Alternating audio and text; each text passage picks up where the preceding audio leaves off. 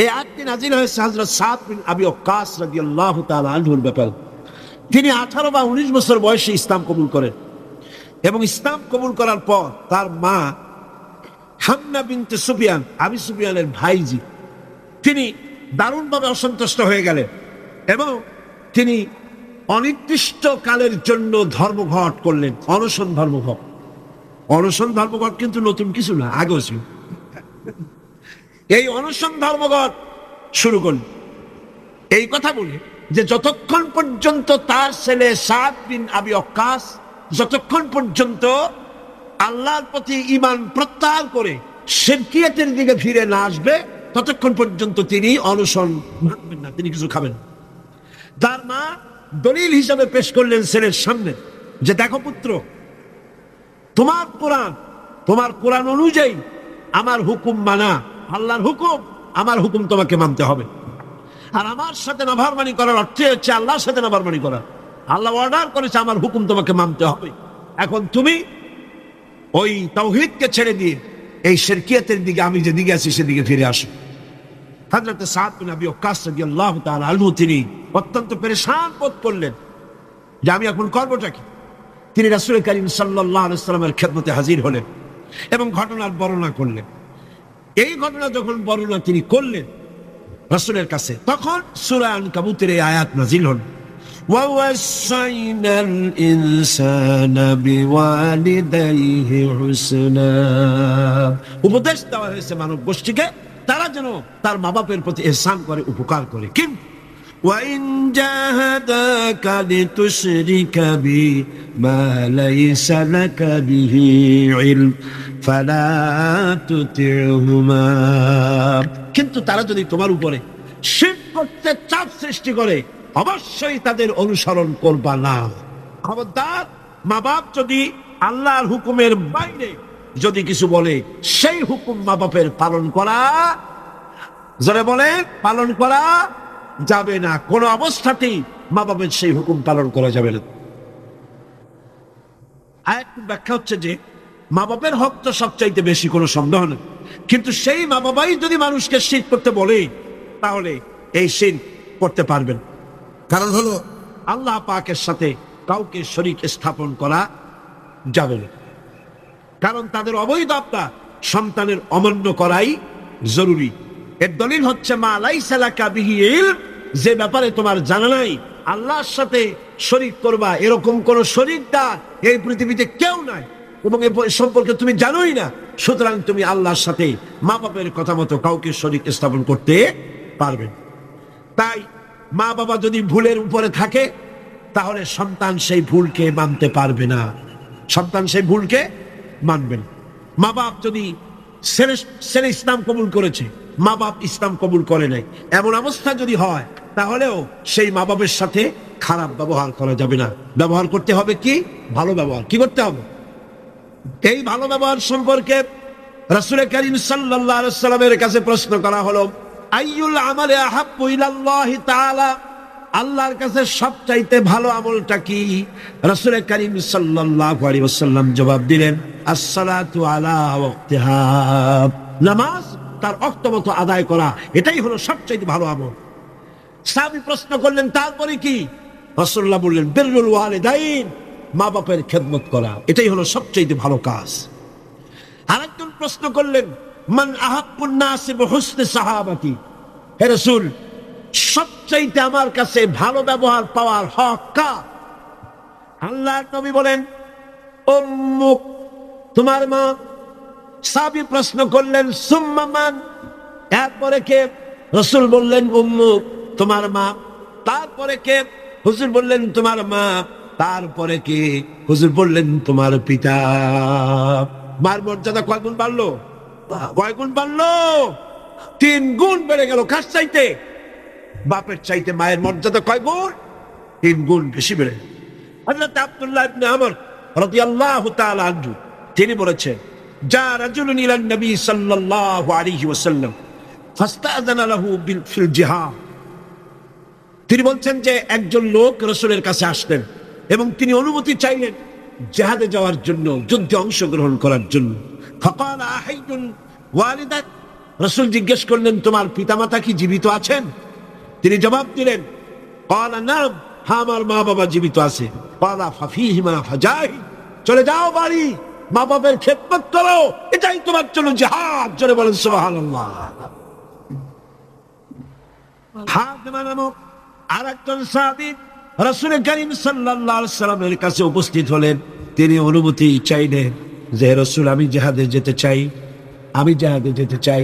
হুজুর বললেন, আলাকা ওয়ালিদাতুন, তোমার কি মা বেঁচে আছেন? তিনি বললেন, হ্যাঁ আমার মা জীবিত আছেন। আল্লাহর নবী বললেন, ইযহাব ফাকরিমহা ফাইনাল জান্নাতা তাহতা রিজলাইহা, আখরাজাহুন নাসাই, নাসাই শরীফের হাদিস।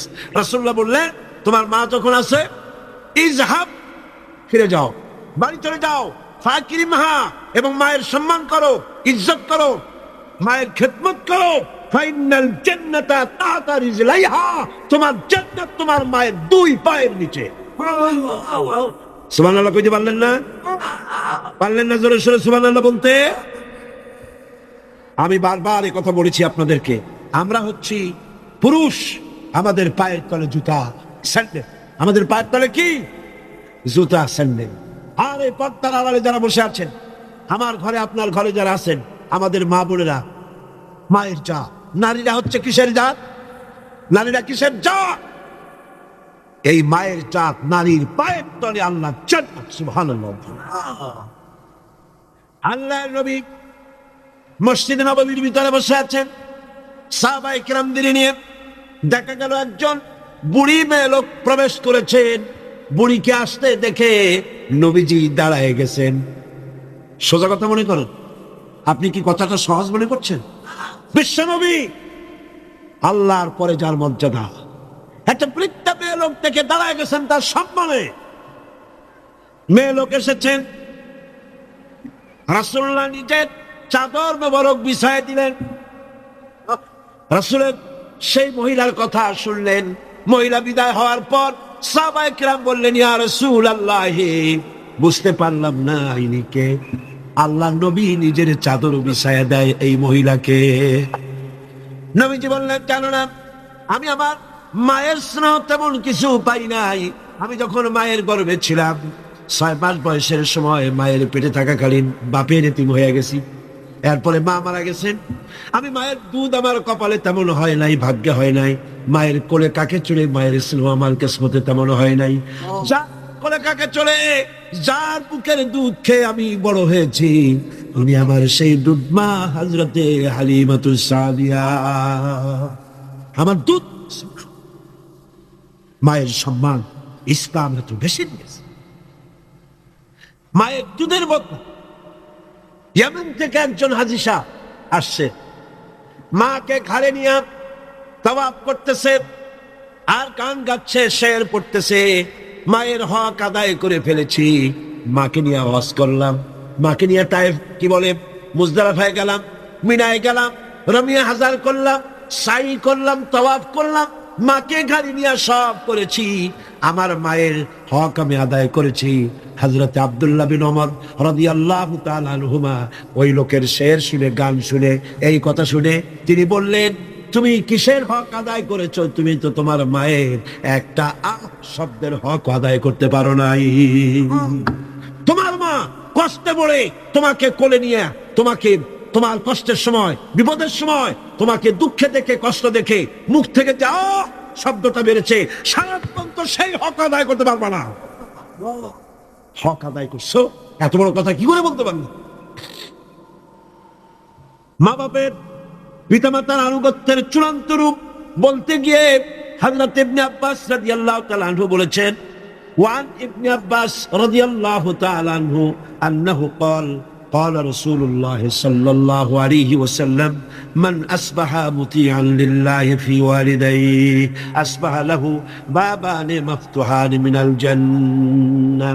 হযরত ইবনে আব্বাস রাদিয়াল্লাহু তাআলা আনহু বলেছেন, আল্লাহ রাসূল বলেছেন, যে ব্যক্তি পিতামাতা সম্পর্কিত আল্লাহর নাজিলকৃত হেদায়েত মেনে নিয়ে সকাল করলো, আল্লাহ রাব্বুল আলামিন তার জন্য জান্নাতের 2টা দরজা খুলে দেয়।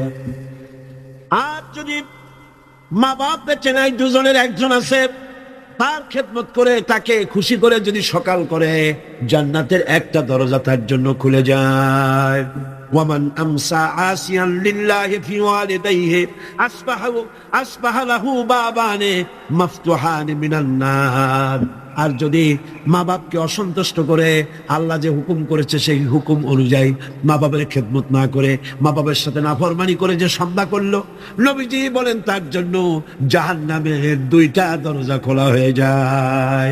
মা বাবার দুজনের একজন যদি বেঁচে থাকে তাহলে, মা বাবার দুজনের একজন যদি বেঁচে থাকে তাহলে তাকে যদি অসন্তুষ্ট করা হয়, জাহান্নামের একটা দরজা তার জন্য খোলা হয়ে যায়। সাত প্রশ্ন করলেন, قال رجل وإن ظلماه قال وإن ظلماه। তিনবার রাসূলুল্লাহ বললেন, ওই ব্যক্তি জিজ্ঞেস করলেন, হুজুর মা বাপ যদি আমার উপরে জুলুম করে? রাসূলুল্লাহ বলেন, জুলুম যদি করেও। তারপরে সে বলছে, যদি আমার উপরে জুলুম করে? হুজুর বলেন, জুলুম যদি করেও।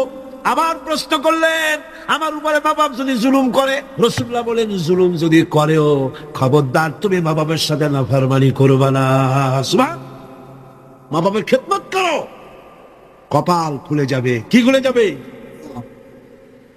আমার বন্ধুগণ, হযরত ইবনে আব্বাস রাদিয়াল্লাহু তাআলা আনহু আরো বলেন, আন ইবনে আব্বাস রাদিয়াল্লাহু তাআলা আনহু আন্না রাসূলুল্লাহ সাল্লাল্লাহু আলাইহি ওয়াসাল্লাম قال قال من ولد بارد ينظره الى والديه نظرة رحمة الا كتب الله بكل نظرة حجة।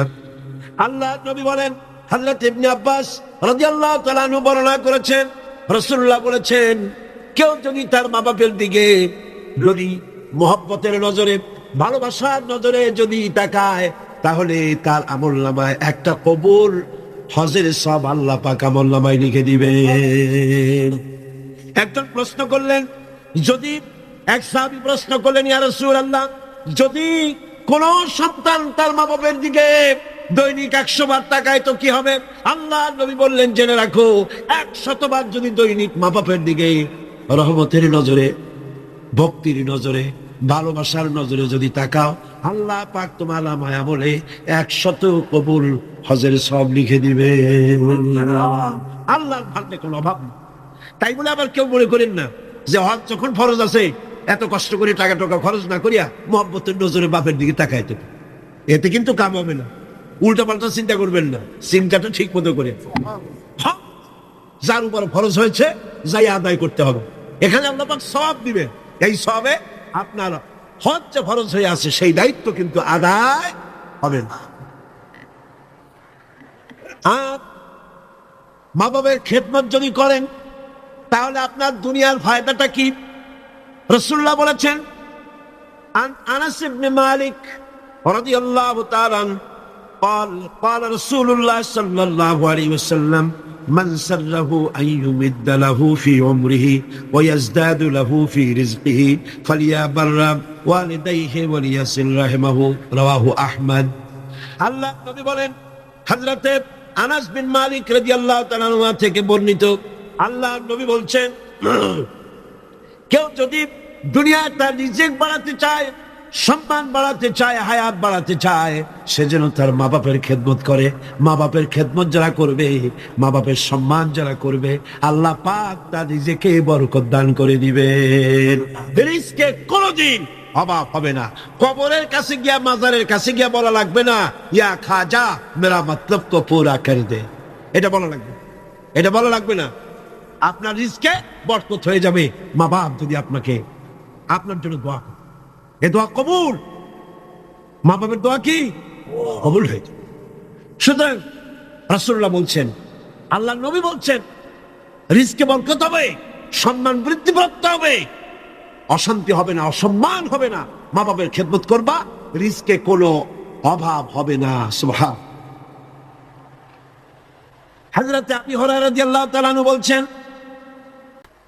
আন আবী হুরায়রা রাদিয়াল্লাহু তাআলা আনহু عن النبي صلى الله عليه وسلم قال رغم أنفه ثم رغم أنفه ثم رغم أنفه। আল্লাহ নবী বলছেন, তিনবার বললেন, সে ব্যক্তি অপমানিত হোক, সে ব্যক্তি অপমানিত হোক। কোন ব্যক্তি? قيل من يا رسول الله, কোন ব্যক্তি অপমানিত হোক? قال من أدرك والديه عند الكبر أو أحدهما ثم لم يدخل الجنة। ভালো করে শোনেন, আল্লাহর নবী বলেন সেই ব্যক্তি অপমানিত হোক। তিনবার বললেন। প্রশ্ন করা হলো কোন ব্যক্তি? রাসূলুল্লাহ বললেন মা বাপ দুইজন অথবা একজনকে জীবনে সে পেল আর খেদমত করে আল্লাহর জান্নাত নিজের জন্য ওয়াজিব করে নিতে পারলো না, তার মতো হতভাগ্য আর কেউ নাই। মা বাপ যাদের আছে প্রাণ ভরে তাদের খেদমত করো, তাদের খেদমতে আল্লাহ পাক কিসমত খুলে দেবে। আবু দাউদ শরীফের একটা হাদিস শুনুন। হযরত আব্দুল্লাহ বিন আমর রাদিয়াল্লাহু তাআলা আনহু তিনি বলছেন, এক ব্যক্তি তার মাতা পিতাকে কাঁদায় রেখে রাসূলের সামনে জিহাদে যাওয়ার জন্য উপস্থিত হয়েছেন, মা বাপকে ক্রন্দনরত অবস্থায় রেখে। রাসূলুল্লাহর কাছে খবর এলো এই যুবক জিহাদে যাওয়ার জন্য আসছে আর তার মা বাপ কাঁদতেছে। রাসূলুল্লাহ বললেন ফিরে যাও, মা বাপকে যেভাবে কান্দায় আসছো ওইভাবে খুশি করে তারপরে আসো, মা বাপকে অখুশি রেখে জিহাদে যাইও না। মা বাপের খেদমত করো, তাদেরকে খুশি করো। অন্য হাদিসে রাসূল কারীম সাল্লাল্লাহু আলাইহি ওয়াসাল্লামের খেদমতে একজন হাজির হয়ে অভিযোগ করলো। একজন হাজির হয়ে সে অভিযোগ করছে, হে রাসূল আমার মা খুব বদমেজাজের মেয়ে লোক। কে বলছে? এক যুবক বলছে রাসূলের কাছে গিয়ে আমার মা খুব বদমেজাজের মানুষ। অভিযোগ।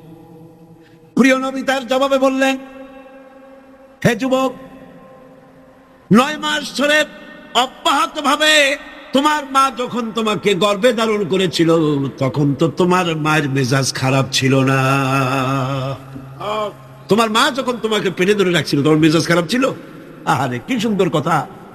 পেটের ভিতরে একটা জীবিত মানুষ, একটা জীবিত মানুষের পেটের মধ্যে আর একটা জীবিত মানুষ, সে চুপ করে বসে নাই, কেন দিয়ে গুঁতা মারতেছে, হাঁটু দিয়ে গুঁতা মারতেছে। আমার তো মনে হয় যে এই রকমের যদি পুরুষের হইতো, পুরুষের যা মেজাজ খারাপ, দুনিয়া আসার সাথে সাথে ঠ্যাং করে আসার মারতো যে পেটের মধ্যে বসে এত নড়াচড়া করছি কে। আর মায়ের অবস্থাটা দেখেন, এত কষ্ট পেটে ধারণ করায়।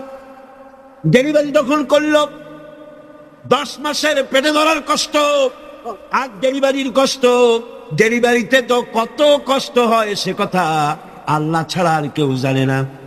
এই ডেলিভারি যখন হয়ে যায়, মা যখন হুঁশে এলো, মা প্রথমেই জানতে হয় কি হয়েছে আমারে দেখাও।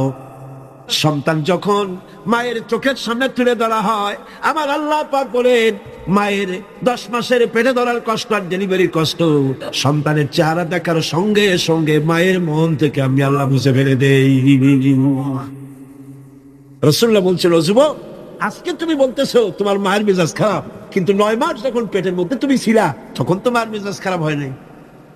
যুবক তখন পাল্টা জবাব দিল, হে রাসূল আমি মিথ্যা কথা বলছি না, আমার মা সত্যই তার মেজাজটা দারুণ খারাপ।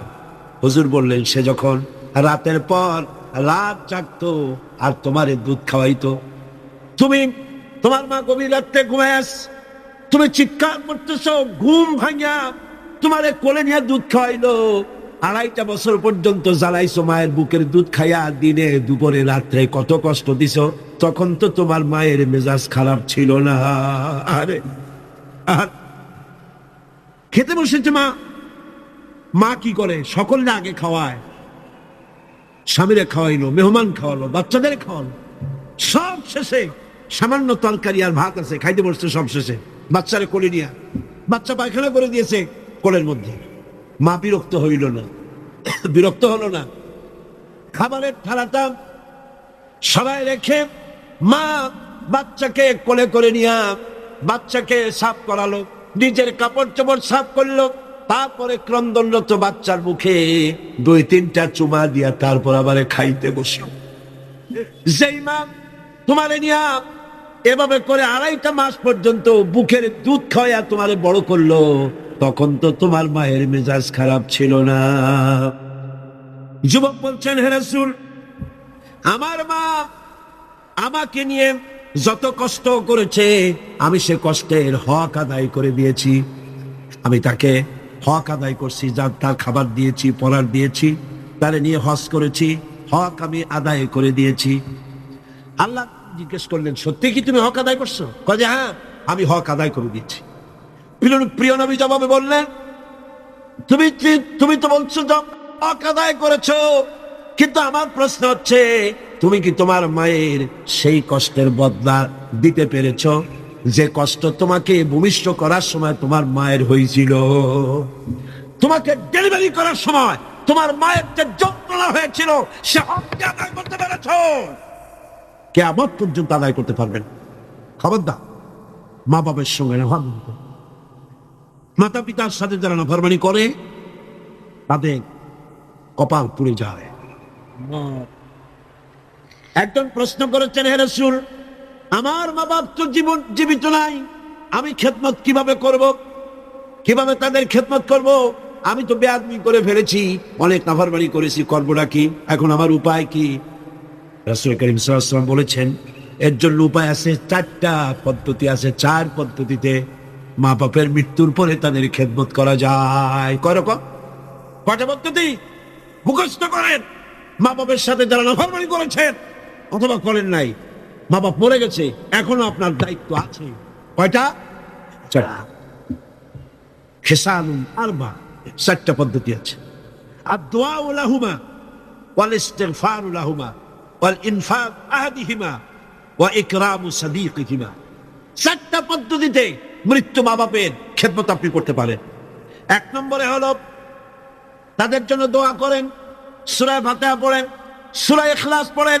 3 বার সূরা ইখলাস পড়বেন, 1 বার কোরআন শরীফ খতম করার সওয়াব হয়ে যাবে। 1 বার সূরা ইয়াসিন পড়বেন, 10 বার কোরআন শরীফ খতম করার সওয়াব আমলনামায় লাগা হয়ে যাবে।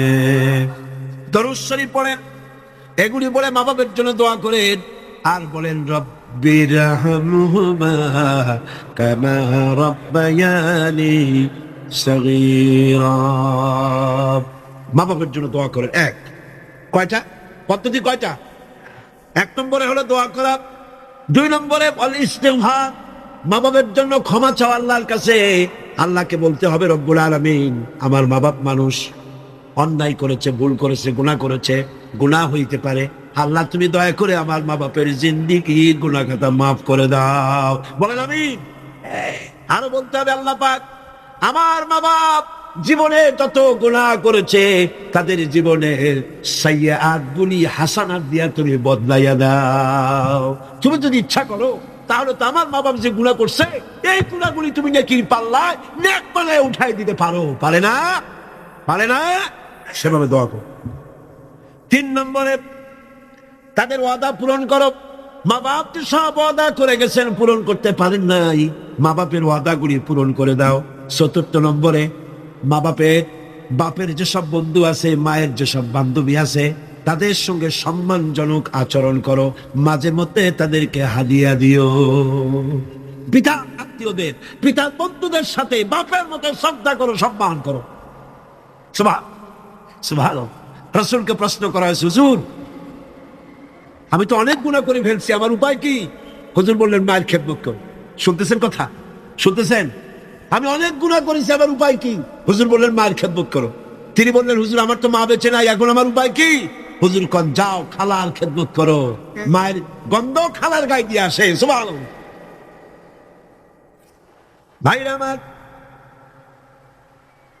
মা বাবার সঙ্গে যারা দুর্ব্যবহার করে এই দুনিয়ায় তাদেরকে আল্লাহ রাব্বুল আলামিন শাস্তি দিবেন, আর পরকালের শাস্তি তো তাদের জন্য রয়েই গেছে।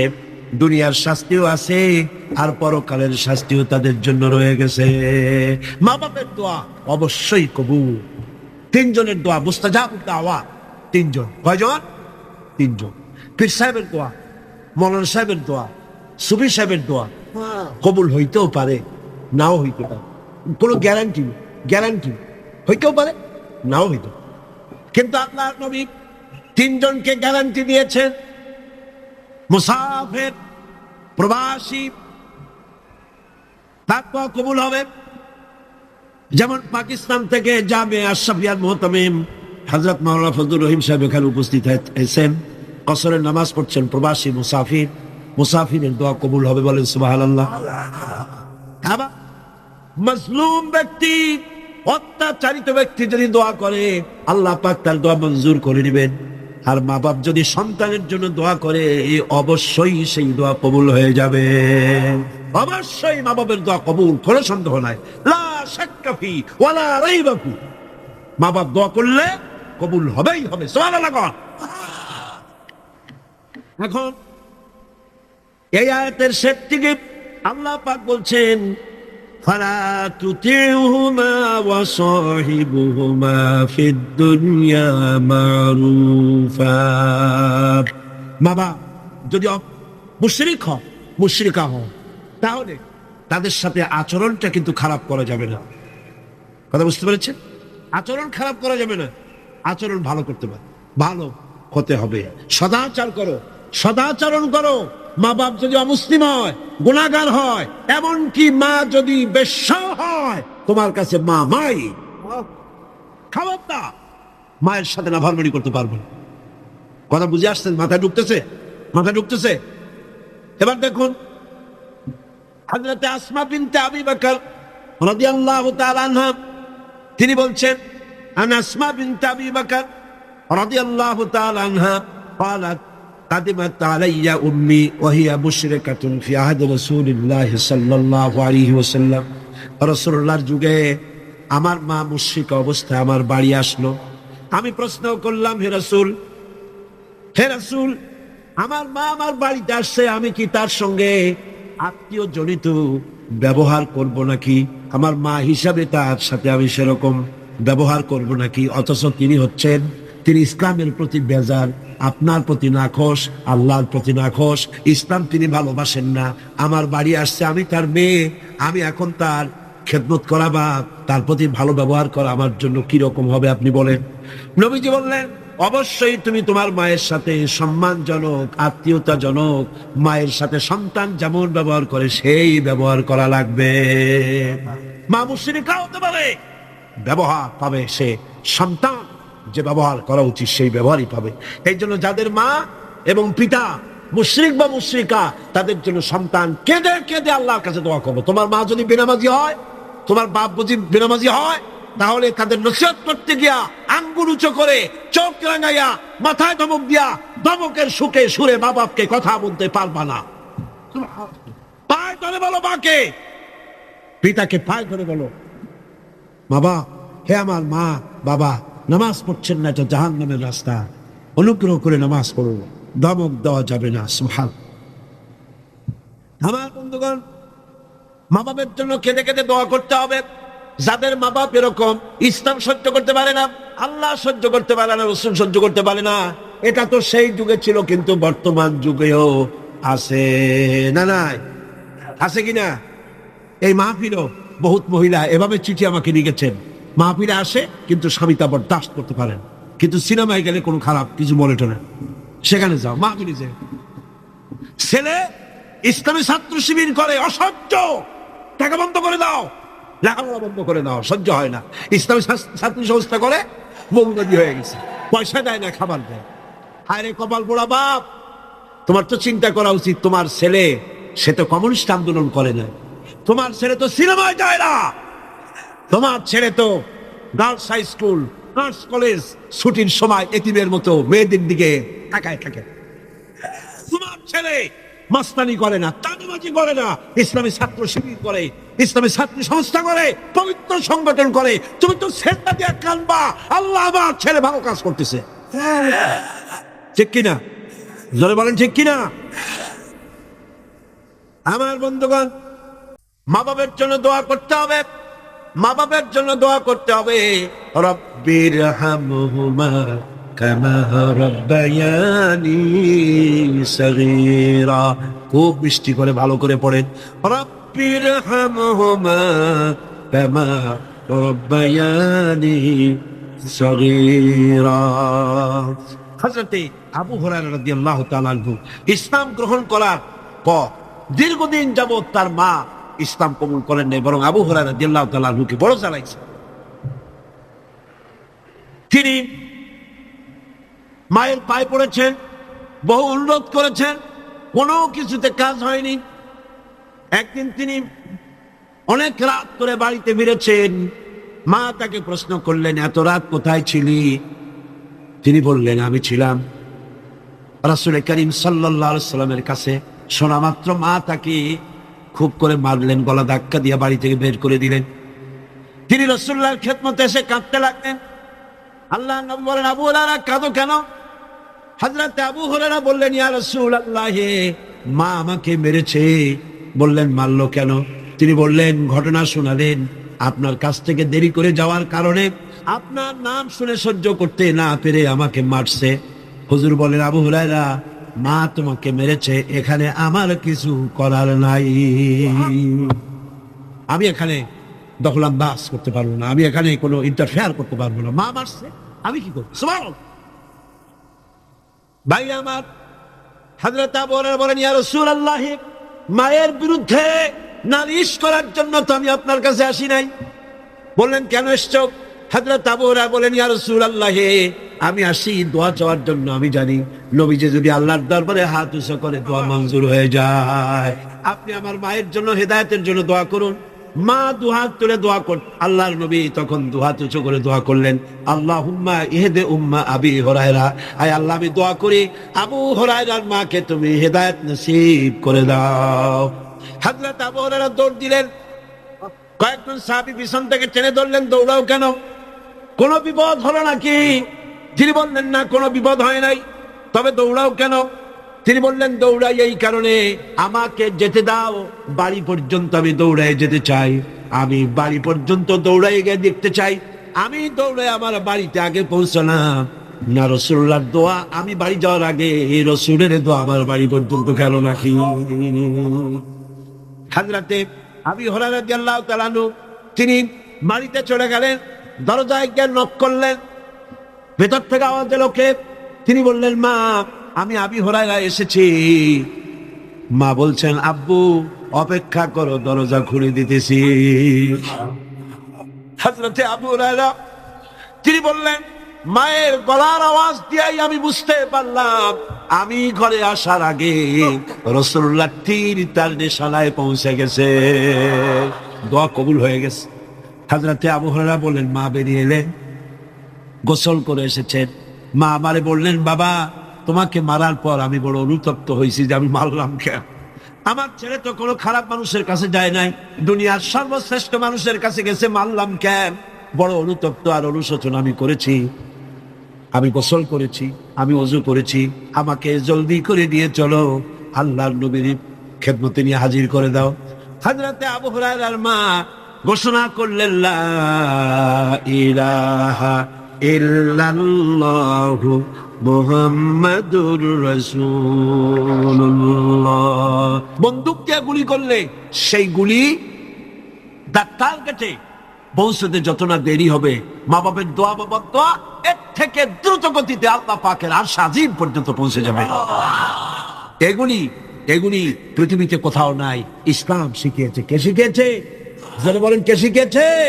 ইসলাম শিখেছে, শিখায়েছে। পাশ্চাত্যে যায় দেখেন, কিসের মা কিসের বাবা, মা বাবার কোনো খোঁজ খবর নাই। মা বাবা যখন বুড়ো হয়ে যায়, আমি ইংল্যান্ড এবং আমেরিকায় দেখেছি, ওদের জন্য ওল্ড পিপল সেন্টার করা হয়।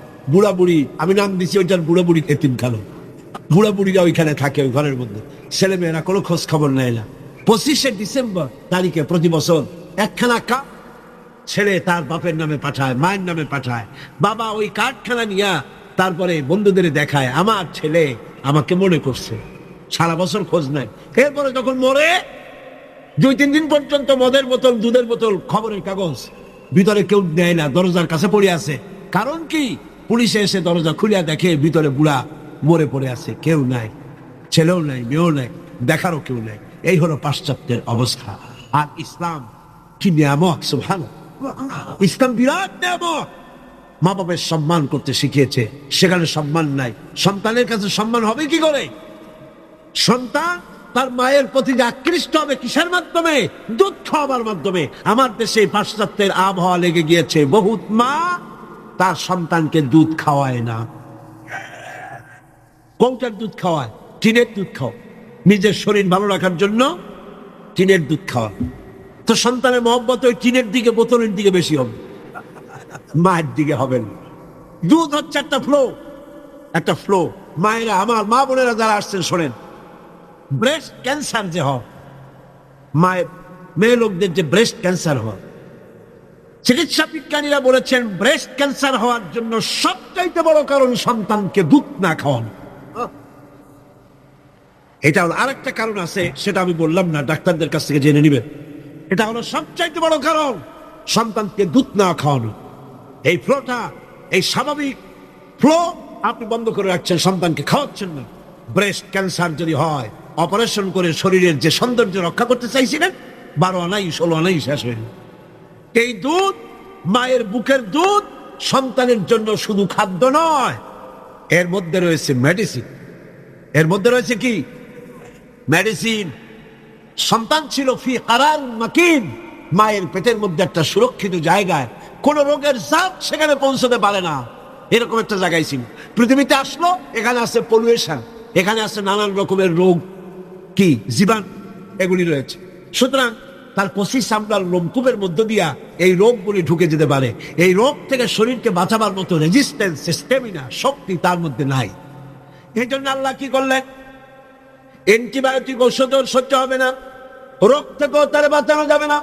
সেই জন্য রব্বুল আলামিন মায়ের বুকে যে দুধ দিয়েছেন, প্রথম যে শাল দুধ যেটাকে বলা হয়, এই দুধটাকে আল্লাহ পাক খাদ্য আর রোগের প্রতিষেধক ঔষধ হিসাবে আল্লাহ দিয়ে দিয়েছেন। সন্তানকে দুধ খাওয়া, সন্তানের মহব্বত তোমার প্রতি বাড়তেই থাকবে। সুবহানাল্লাহ, সুবহানাল্লাহ। পাশ্চাত্যে এই মহব্বত নাই। পাশ্চাত্যে আমি নিজের চোখে প্রত্যেক বছর দাওয়াত হয়তো দেখি, খালি গুড়ি না, চোখ দিয়ে তাকায়ও দেখি কোথায় কি হয়। মেয়ে লোকগুলি তাদের বাচ্চা পুষচা হুইলোলা চেয়ার আছে, সেই চেয়ারে বাচ্চাটা ঠেলতে ঠেলতে নিয়ে যায় মার্কেটিং করতে, আর কুত্তার বাচ্চাটা কোলে নিয়ে হাঁটে।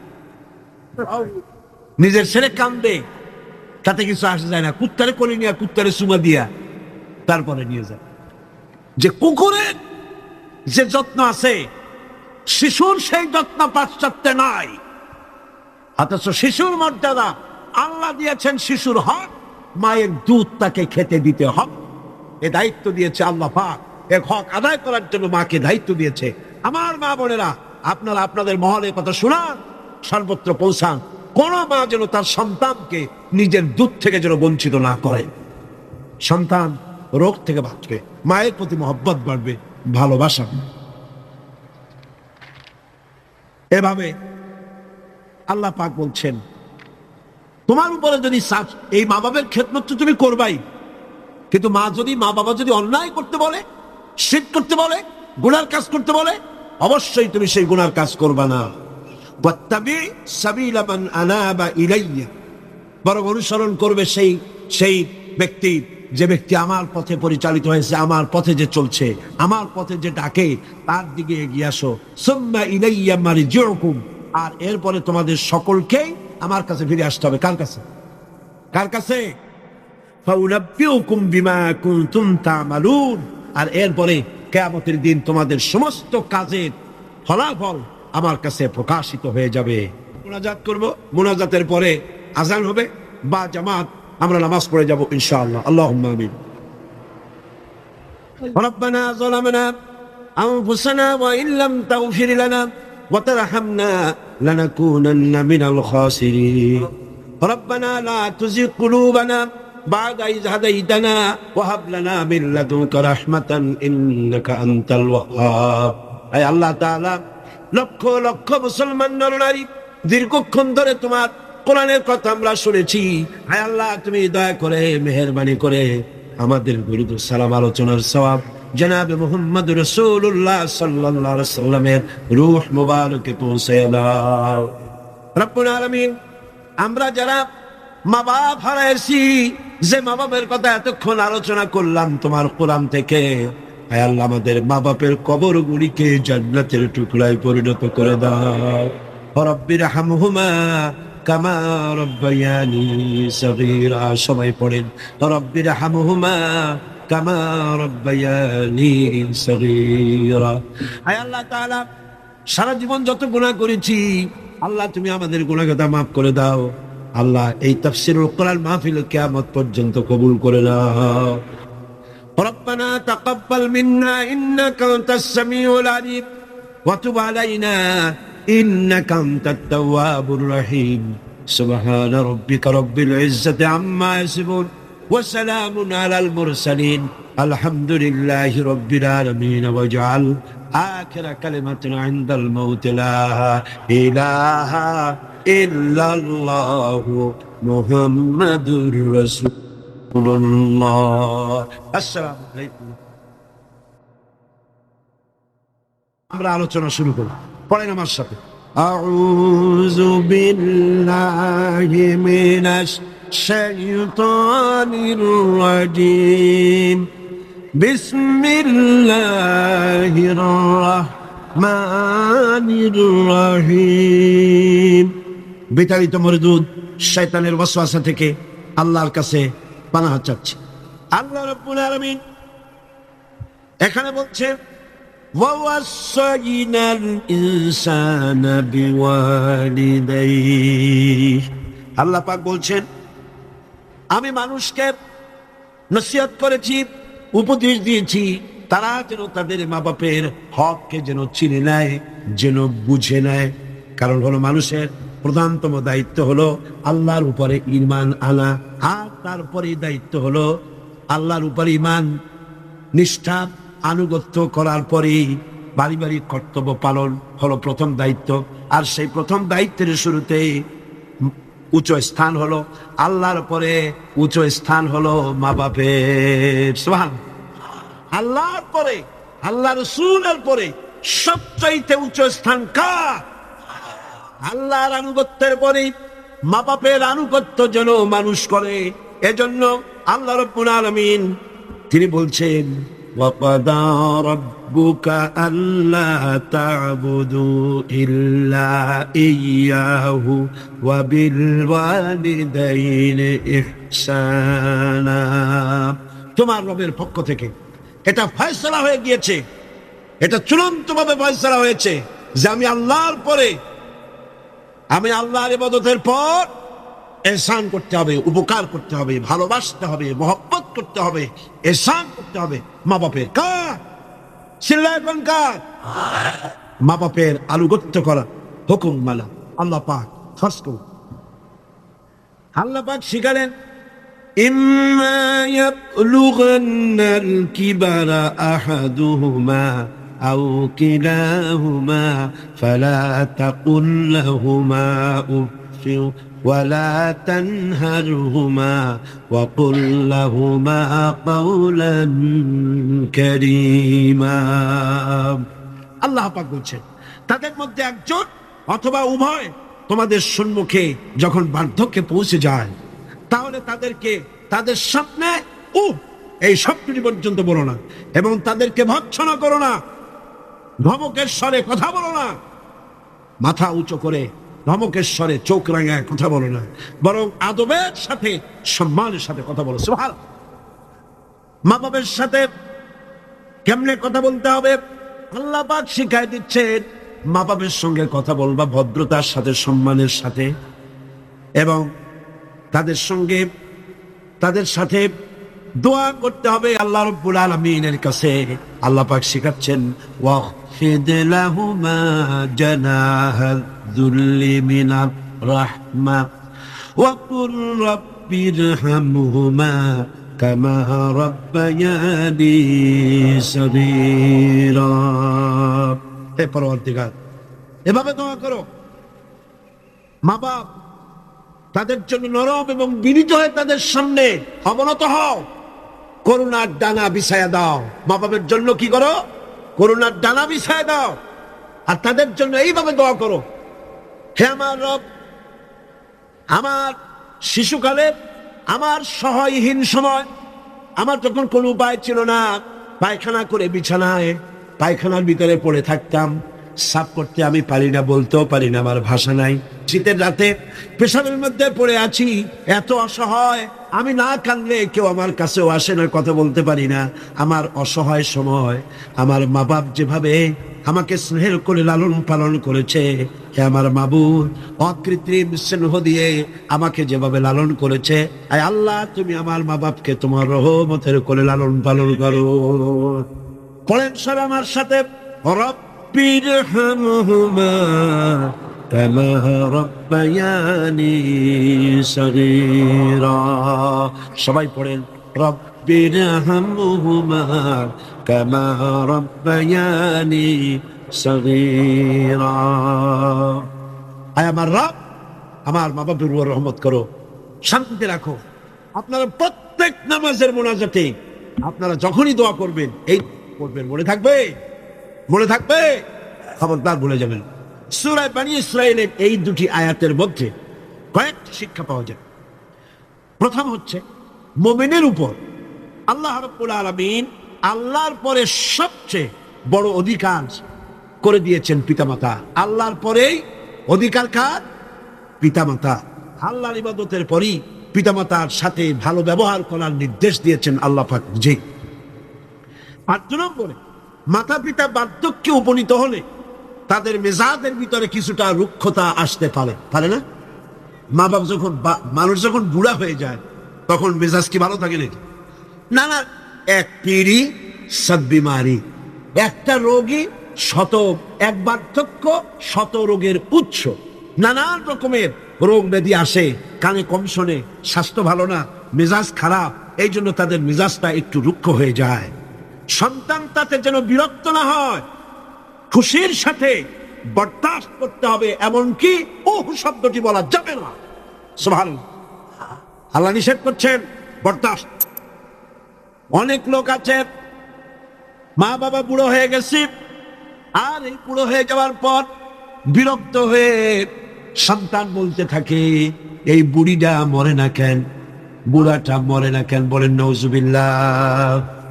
মরে না কেন? আমার বন্ধুগণ, কি করে এই কথা আপনার মুখ থেকে বেরোলো?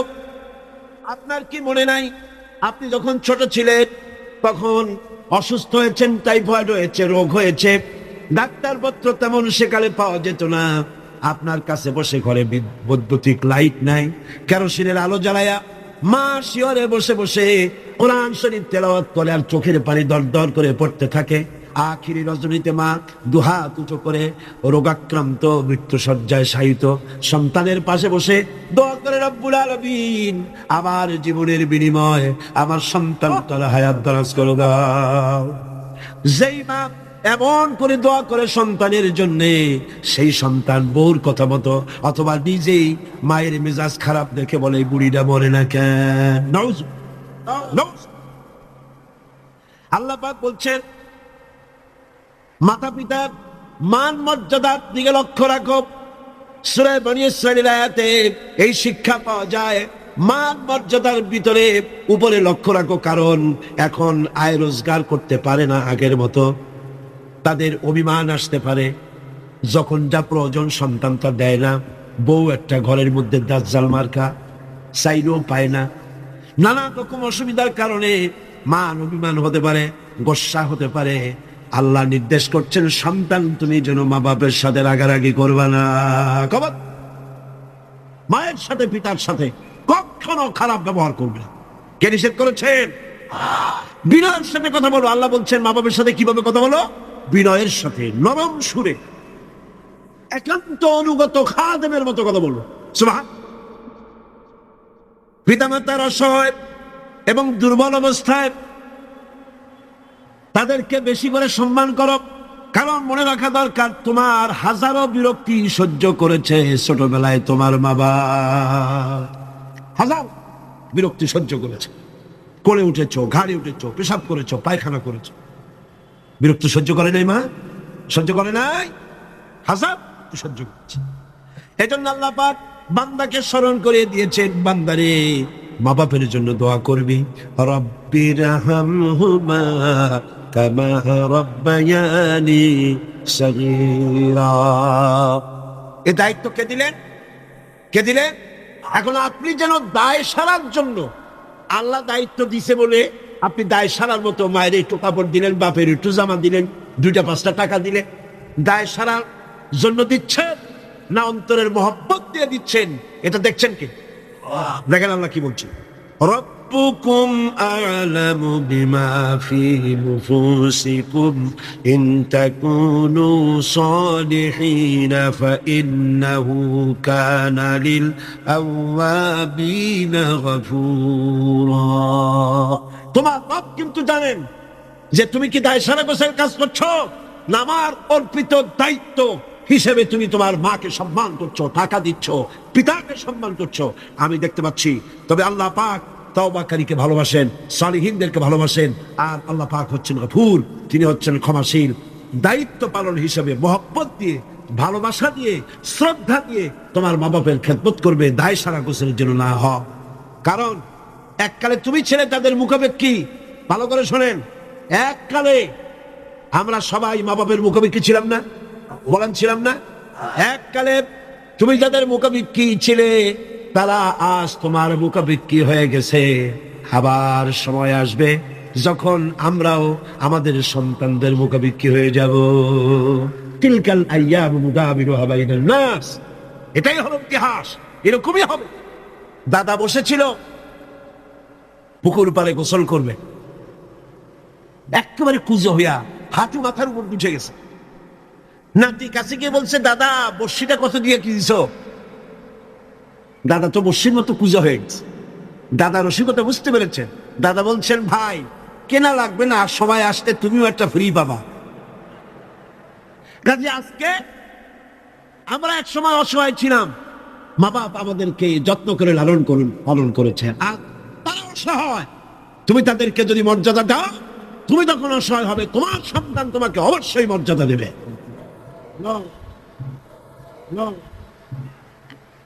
সূরা বাকারায় একটি আয়াতে আল্লাহ রাব্বুল আলামিন এভাবে বলেছেন, লা তা'বুদুনা ইল্লাল্লাহ ওয়া বিল ওয়ালিদাইনি ইহসানা। আল্লাহ ছাড়া কারো উপাসনা করো না এবং পিতামাতার সাথে অবশ্যই সদ্ব্যবহার করবো। সূরা বাকারা, বনী ইসরাঈল বললেন সূরা বাকারার মধ্যে বলছেন। এবার বলছেন সূরা আনকাবুতে, ওয়া ওয়াসাইনাল ইনসানা বিওয়ালিদাইহি হুসনা। কত জায়গায় বলতেছেন আল্লাহ, আমি সমগ্র মানব মণ্ডলীকে তাদের পিতামাতার সাথে সদ্ব্যবহার করার জন্য উপদেশ দিচ্ছি, নির্দেশ দিচ্ছি। পৃথিবীর সমস্ত মানুষকে, এখানে মুসলমান বলা হয় নাই, গোটা বিশ্বের মানব মণ্ডলীকে আল্লাহর পক্ষ থেকে নির্দেশ করা হচ্ছে মা বাপের প্রতি শ্রদ্ধাশীল হও। সূরা কাহফে বলা হয়েছে, ওয়া ওয়াসাইনাল ইনসানা বিওয়ালিদাইহি ইহসানা হামালাতুহু উম্মুহু কুরহা ওয়া ওয়াদাআতুহু কুরহা ওয়া হামলুহু ওয়া ফিসালুহু 30 শাহরা।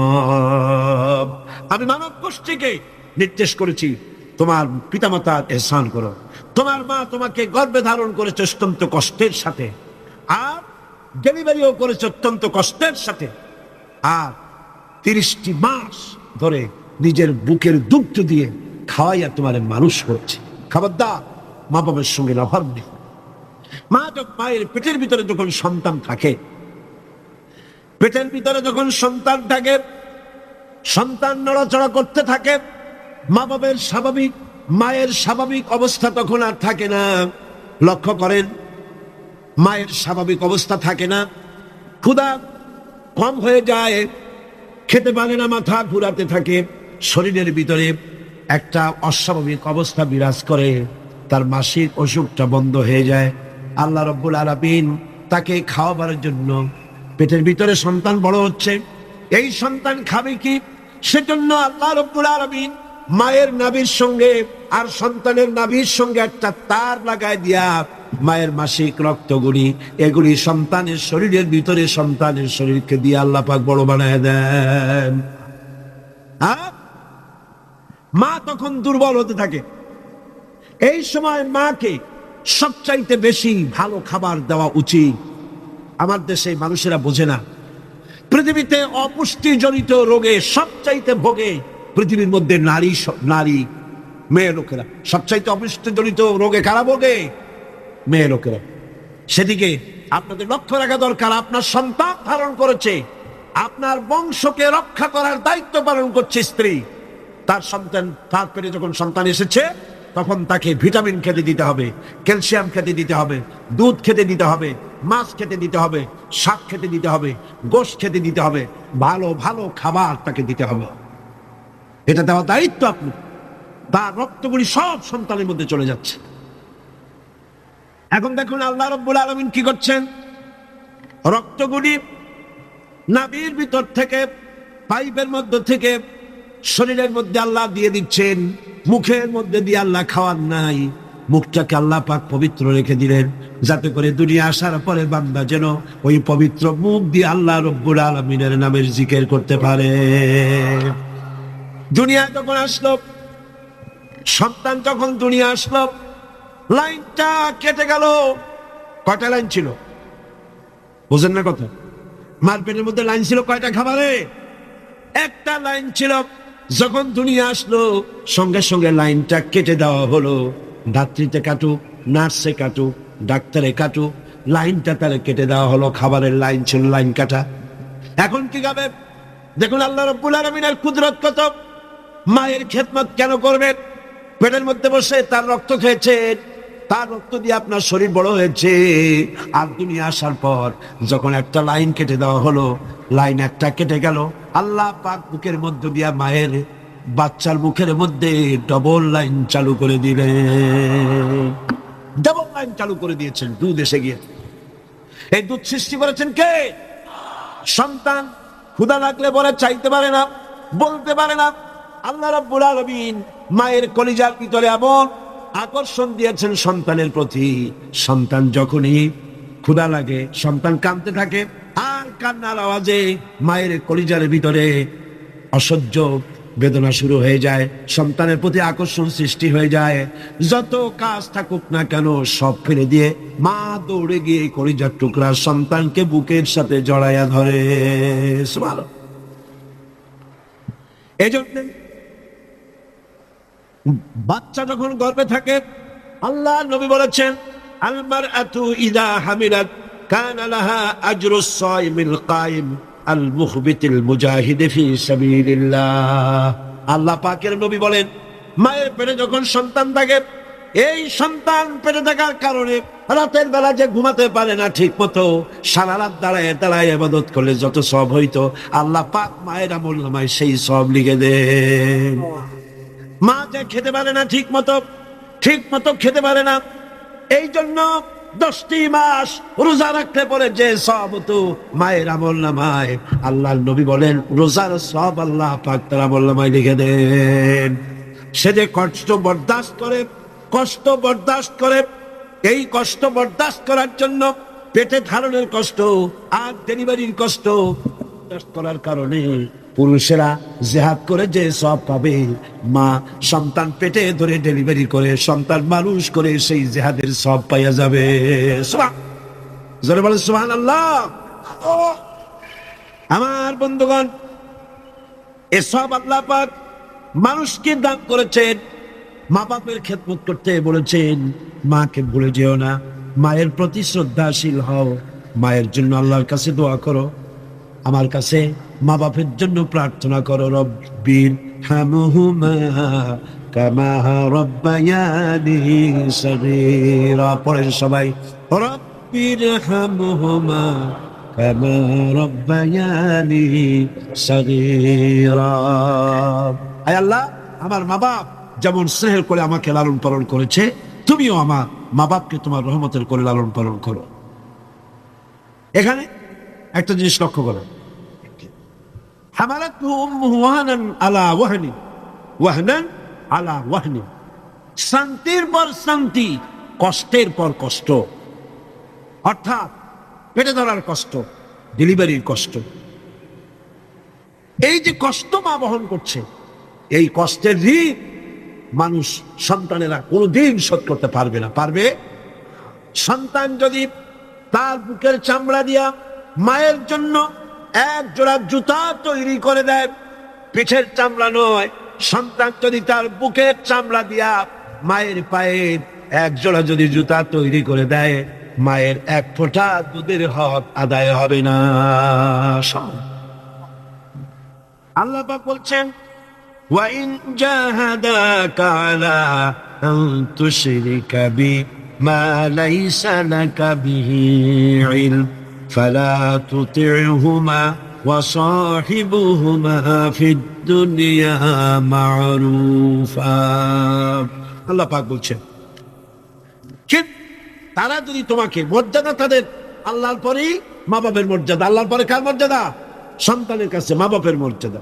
কিন্তু তারা যদি তোমাকে আমার সাথে এমন কাউকে শরীক করার জন্য চাপ সৃষ্টি করে যাকে তুমি চেনো না, আমার শরীক হিসাবে জানো না, তাহলে ফালা তুতি'হুমা, তাহলে অবশ্যই তাদের সে কথা মানবে না। সুবহানাল্লাহ, মানবে। মা বাপের কথা কতটুকুন মানা যাবে এবং কতটুকুন মানা যাবে না সে ব্যাপারেও শরীয়ত ঠিক করে দিয়েছে।